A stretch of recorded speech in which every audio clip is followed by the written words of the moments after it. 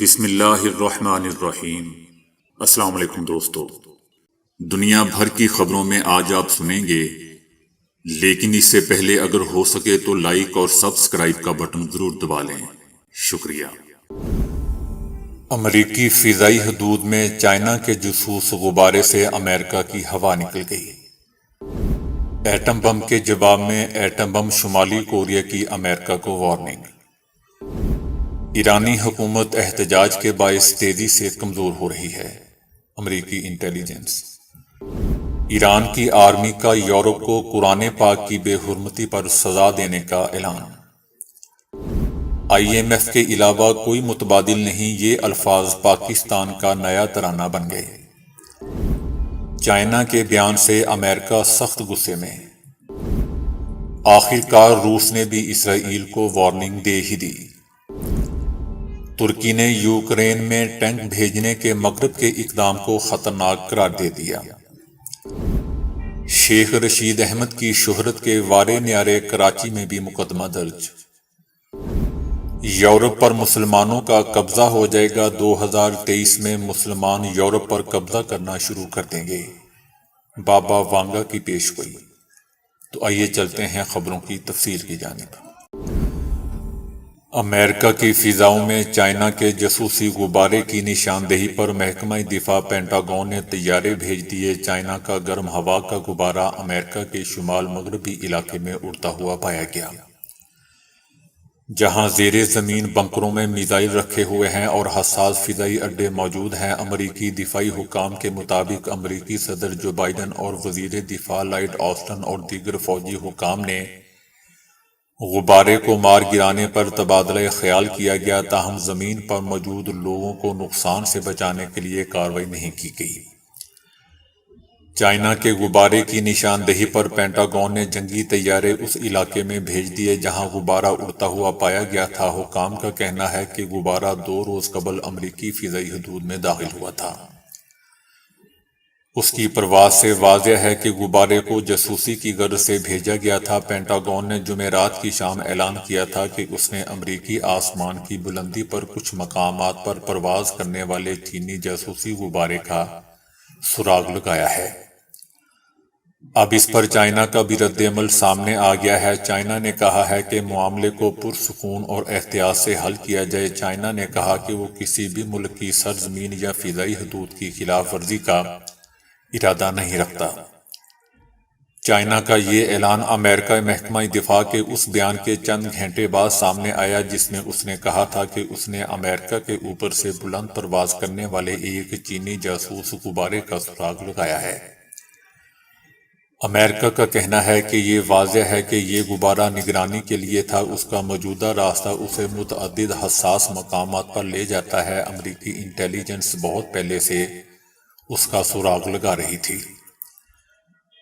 China اور امریکہ میں کشیدگی کئی معاملات پر ہے۔ دوستو، یاد رہے کہ چائنا اور واشنگٹن کے درمیان حال ہی میں تائیوان پر اختلافات اور انسانی حقوق کے میدان میں چائنا کے ریکارڈ اور بحیرہ جنوبی چائنا میں اس کی فوجی سرگرمیوں کی روشنی میں کشیدگی بڑھ رہی ہے۔ چائنا نے ماضی میں بھی بارہا امریکہ پر نگرانی کے غبارے بھیجے ہیں، تاہم اس آخری غبارے کی اہمیت اس وقت اعتبار سے اہم ہے کیونکہ یہ وہ وقت ہے جب آنے والے دنوں میں امریکی وزیر خارجہ اینٹونی بلنکن چائنا کا دورہ کرنے والے ہیں۔ شمالی کوریا نے امریکہ کو خبردار کرتے ہوئے کہا ہے کہ ایٹم بم کا جواب ایٹم بم سے ہی دیا جائے گا۔ شمالی کوریا نے جمعرات کو سخت بیان جاری کیا ہے جس میں امریکہ کو کسی بھی فوجی محاذ آرائیہ اقدام کی بابت خبردار کیا گیا ہے۔ بیان میں کہا گیا ہے کہ امریکہ کے کسی بھی فوجی اقدام کا جواب ایٹم بم کے بدلے ایٹم کے اصول پر ہی دیا جائے گا۔ بیان میں کہا گیا ہے کہ اگر امریکہ نے کوئی بھی غلطی کی تو خطے کو بارود کے ڈھیر اور بحران زدہ علاقے میں تبدیل کر دیں گے۔ شمالی کوریا کا یہ شدید رد عمل ایسے وقت میں سامنے آیا ہے جب جمعرات کی صبح جنوبی کوریا کے علاقے میں امریکہ کے ساتھ مشترکہ فوجی مشقوں کے آغاز کا اعلان کیا گیا ہے۔ شمالی کوریا نے اس بات پر زور دیا ہے کہ وہ امریکہ کی طرف سے پیدا کردہ مسلسل کشیدگی کے باعث امریکہ سے مشاورت اور مذاکرات کا خواہش مند نہیں ہے۔ ایران میں کئی مہینوں سے جاری مظاہروں کی روشنی میں سی اے اے نے تصدیق کی ہے کہ ملک کے اندر ہونے والے مظاہروں کی وجہ سے ایرانی حکومت تیزی سے کمزور ہوتی جا رہی ہے۔ سی اے اے نے ایران میں احتجاج میں شریک خواتین کی جرأت کی تعریف کی۔ سی اے اے نے کہا کہ وہ اسرائیلیوں اور فلسطینیوں کے درمیان تشدد کے امکانات کے متعلق فکر مند ہیں۔ یوکرین کے معاملے پر گفتگو کرتے ہوئے سی اے اے کا کہنا تھا کہ انٹیلی جنس ایجنسی کا اندازہ ہے کہ روس کے خلاف اس کی جنگ میں اگلے 6 مہینے فیصلہ کن ہوں گے۔ ایران کی آرمی کے سربراہ نے یورپ میں اسلام کی مقدس کتاب قرآن پاک کی بے حرمتی کرنے والوں کو سزا دینے کا اعلان کیا ہے۔ میجر جنرل حسین سلامی نے کہا کہ ہم اسلام اور قرآن کے محافظ ہیں۔ ہم قرآن پاک کی بے حرمتی کرنے والوں سے کہتے ہیں کہ اب یہ آگ تمہارے جسموں کو اپنی لپیٹ میں لے کر باڈیز میں تبدیل کر دے گی۔ انہوں نے کہا کہ آج سے چھپ کر رہو اور ہر رات ڈرونے خواب دیکھو، مسلمان تمہیں چھوڑیں گے نہیں، چاہے دہائیاں ہی کیوں نہ گزر جائیں۔ مغرب میں قرآن پاک کی بے حرمتی کے دوستوں، 2 واقعات میں گزشتہ ماہ ڈنمارک کے ایک انتہائی دائیں بازو کے سیاستدان اسٹاک ہوم میں ترکیہ کے سفارتخانے کے باہر قرآن مجید کی بے حرمتی کی تھی۔ دوسرے واقعے میں کچھ دن بعد ہی انتہائی دائیں بازو کی ایک اور تحریک سے تعلق رکھنے والے ایک رہنما نے پارلیمنٹ کے قریب قرآن پاک کے صفحات پھاڑ ڈالے تھے۔ جنرل سلامی نے رشدی کے خلاف اگست میں ہونے والے حملے کا حوالہ دیتے ہوئے کہا کہ قرآن پاک کی بے حرمتی کرنے والوں کو ایسے ہی انجام کی توقع کرنی چاہیے۔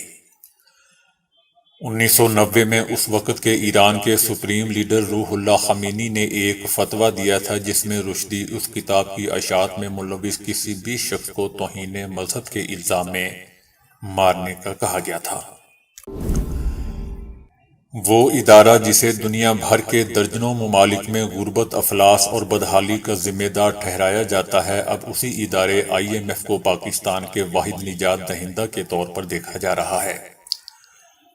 IMF کے علاوہ کوئی متبادل نہیں ہے۔ یہ الفاظ ہر اخباری کالم اور ٹی وی ٹاک شوز میں بار بار دہرائے جا رہے ہیں۔ یہ الفاظ اتنی بار دہرائے جا چکے ہیں کہ اب یہ سننے والوں کو روایتی لگنے لگے ہیں۔ اب یہ جملے سنتے ہیں کہ اگر ہم IMF کے پاس نہیں گئے تو ہم تباہ ہو جائیں گے، اگر ہم اصلاحات کے لیے متفق نہیں ہوئے تو ہم دیوالیہ ہو جائیں گے اور پھر کوئی بھی ہمیں مالی مدد فراہم نہیں کرے گا۔ یہ الفاظ دوستو نیا ترانہ بن چکے ہیں جسے روزانہ ہمارے سامنے پڑھا جاتا ہے۔ مالی بدحالی سر پر ہے، معیشت تباہی کے دہانے پر ہے، اب IMF ہی ہمیں بچا سکتا ہے۔ یہ وہ چند جملے ہیں جو عوامی حلقوں میں مسلسل گردش کر رہے ہیں۔ کچھ ماہر اقتصادیات ہمیں خبردار کرتے ہیں کہ اگر ہم IMF کی سخت شرائط مان لیں گے تو ہمارے موجودہ افراط زر کی شرح جو اس وقت 25% پر ہے 35% تک پہنچ سکتی ہے، جس کے بعد ڈالر جو گزشتہ مہینوں میں 200 روپے سے زائد کا ہونے پر بدنام تھا، اگر IMF کے مطالبات مان لیے گئے تو ڈالر 300 کی حد بھی عبور کر جائے گا۔ بجلی اور گیس اگر عوام کے لیے دستیاب ہوگی تو اس کی قیمتوں میں بھی ہوشربا اضافہ ہوگا۔ پیٹرول سمیت ان تمام اشیاء کی قیمتوں میں اضافہ ہوگا جن پر ہماری معیشت منحصر ہے۔ گزشتہ 6 مہینے سے ڈالرز کی عدم دستیابی کے باعث ہم معاشی بحران کا سامنا کر رہے ہیں، لیکن اس کے باوجود 2200 لگژری گاڑیاں پاکستان میں درآمد کی گئی ہیں۔ اور افسوسناک بات یہ ہے کہ مارکیٹوں میں ادویات، دیگر ضروریات زندگی اور خام مال دستیاب نہیں ہے۔ بعض لوگ کہتے ہیں کہ ہمیں ڈیفالٹ اور IMF کی سخت شرائط میں سے کسی ایک کا انتخاب کرنا ہوگا۔ پاکستان اگر IMF کی اس کڑوی گولی کو نگلنے کے لیے انکار کرتا ہے تو اس کا مستقبل بھی سری لنکا سے کچھ مختلف نہیں ہوگا۔ ہماری حکمراں اشرافیہ اپنی لوٹ مار کے ذریعے ہمارے ملک کو ڈیفالٹ اور معاشی تباہی کے دہانے پر لے آئی ہے۔ جب ڈوبتی معیشت کو بچانا اس کے اختیار میں نہیں رہتا تب اشرافیہ مدد کے لیے IMF کی جانب دیکھنے لگتی ہے۔ IMF کبھی بھی معیشت پر خود قبضہ نہیں کرتا بلکہ ہماری اشرافیہ اس کی شرائط کے آگے ہتھیار ڈال کر اسے اپنی معیشت پر قبضہ کرنے کی دعوت دیتی ہے۔ امریکہ کا کہنا ہے کہ چائنا ہمیں یہ نہیں بتا سکتا کہ کہاں جانا ہے اور کہاں نہیں جانا ہے۔ ہم تائیوان کے دورے کے بارے میں چائنا کی رائے پر پرواہ نہیں کرتے۔ چائنا کو یہ حق نہیں ہے کہ وہ ہمیں یہ بتائے کہ انہیں کہاں جانا ہے اور یا کہاں نہیں جانا ہے اور کب جانا ہے اور کب نہیں جانا ہے۔ امریکی نئے اسپیکر کیون کو چائنا کی جانب سے تائیوان کے دورے کی بابت انتباہ پر امریکہ کے اس عہدیدار نے رد عمل ظاہر کیا ہے۔ انہوں نے کہا ہے کہ تائیوان کے اپنے سفری منصوبوں کے بارے میں چینی حکام کی رائے پر توجہ نہیں دے رہا۔ امریکی صدر جو بائیڈن سے ملاقات کے بعد اس بارے میں وضاحت کرتے ہوئے کہا کہ چائنا کو یہ حق نہیں ہے کہ وہ بتائے کہ کہاں جانا ہے اور کہاں نہیں جانا ہے اور کب جانا ہے۔ کانگریس کے ارکان ایسے دوروں کے بارے میں فیصلہ کرنے میں مکمل طور پر آزاد ہیں، چائنا ہمیں نہ سمجھائے۔ روس نے اسرائیل کو یوکرین کو ہتھیار بھیجنے کے کسی بھی اقدام کی بابت خبردار کر دیا ہے۔ اسرائیلی وزیر اعظم نیتن یاہو پہلے ہی کہہ چکے ہیں کہ وہ یوکرین کو فوجی امداد بھیجنے پر غور کر رہے ہیں اور جنگ کے خاتمے کے لیے ثالثی کے لیے تیار ہیں۔ روس کا کہنا ہے کہ ہمارا موقف یہ ہے کہ وہ تمام ممالک جو یوکرین کو ہتھیار بھیجتے ہیں انہیں معلوم ہونا چاہیے کہ ہماری مسلح افواج ان ہتھیاروں کو جائز اہداف سمجھتی ہے۔ گزشتہ سال فروری میں یوکرین میں جنگ کے آغاز کے بعد سے صہیونی حکومت نے دعویٰ کیا تھا کہ وہ اس جنگ میں غیر جانبدار ہیں اور یوکرین کو فوجی امداد نہیں بھیج رہا۔ ترکی کے صدر نے یوکرین میں ٹینک بھیجنے کے مغرب کے اقدام کو خطرناک قرار دیتے ہوئے کہا ہے کہ یوکرین کو ٹینکوں کی ترسیل خطرناک ہے اور اس سے یوکرین کا بحران حل نہیں ہوگا۔ ترک صدر رجب طیب اردوان نے کہا کہ یوکرین کو ٹینکوں کی فراہمی سے یوکرین میں تنازع کے حل میں کوئی مدد نہیں ملے گی۔ میں یہ نہیں کہہ سکتا کہ ٹینک بھیجنا تنازع کے حل کے عناصر میں سے ایک ہے۔ یہ ایک پرخطر کاروبار ہے اور یہ اسلحہ ڈیلروں کے لیے مفید ہے اور اس سے بحران کو حل کرنے اور جنگ کو روکنے میں مدد نہیں ملے گی۔ یوکرین کی مسلح افواج کو 120 سے 140 کے درمیان جدید مغربی بھاری ٹینک ملیں گے۔ ان ہتھیاروں کی ترسیل کے وقت کا اعلان کیے بغیر انہوں نے مزید کہا کہ یوکرین فرانس کے جنگی ٹینکوں پر بہت زیادہ انحصار کرتا ہے۔ ان کے مطابق 12 ممالک نے ٹینک بھیجنے پر اتفاق کیا ہے اور یوکرین مغربی جنگی طیاروں اور طویل فاصلے تک مار کرنے والے میزائل حاصل کرنے کے لیے بات چیت کر رہا ہے۔ یوکرین نے دعویٰ کیا ہے کہ یہ ہتھیار کشیدگی پیدا کرنے کے لیے نہیں ہیں بلکہ یہ دفاعی ہتھیار ہیں۔ شیخ رشید احمد کے خلاف کراچی میں بھی مقدمہ درج کر لیا گیا ہے۔ پیپلز پارٹی کے کارکن کی جانب سے مقدمہ پیپلز پارٹی کے چیئرمین کے خلاف غیر اخلاقی زبان استعمال کرنے پر درج کروایا گیا۔ شیخ رشید احمد کی گرفتاری کے لیے پولیس ٹیم تشکیل دے دی گئی ہے جو ان کو گرفتار کرنے آج روانہ ہوگی۔ شیخ رشید احمد کو راولپنڈی سے گرفتار کر کے کراچی لایا جائے گا۔ شیخ رشید احمد کو گزشتہ روز راولپنڈی میں گرفتار کر کے 2 روزہ جسمانی ریمانڈ پر پولیس کے حوالے کیا گیا تھا۔ بابا وانگا نے 2023 میں بڑے ممالک کی جانب سے دوسرے پر مہلک حیاتیاتی ہتھیاروں کا استعمال کرنے کی پیشگوئی بھی کر رکھی ہے جس میں آسمان سے آگ برسنے کا اشارہ کیا گیا ہے۔ اس نجومی کے مطابق 2023 میں زمینی مدار کے تبدیل ہونے کے واضح امکانات ہیں جو ماحولیاتی تبدیلی کا باعث بنے گا اور اس سے گلوبل وارمنگ میں اضافہ ہوگا جس سے انسانوں کے لیے شدید مشکلات پیدا ہوں گی۔ بابا وانگا کی سائنسی حوالے سے ایک دلچسپ پیشگوئی یہ بھی ہے کہ 2023 میں زیادہ تر بچے لیبارٹریز میں پیدا ہوں گے۔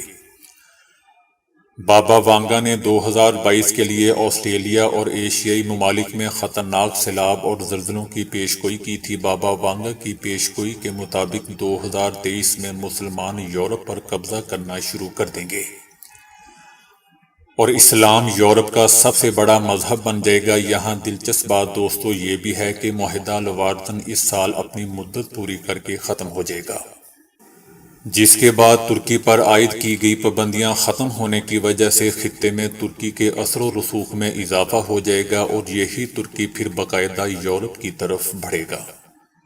تو دوستو ابھی کے لیے اتنا ہی۔ ویڈیو کو لائک اور شیئر کرنے کا بہت بہت شکریہ۔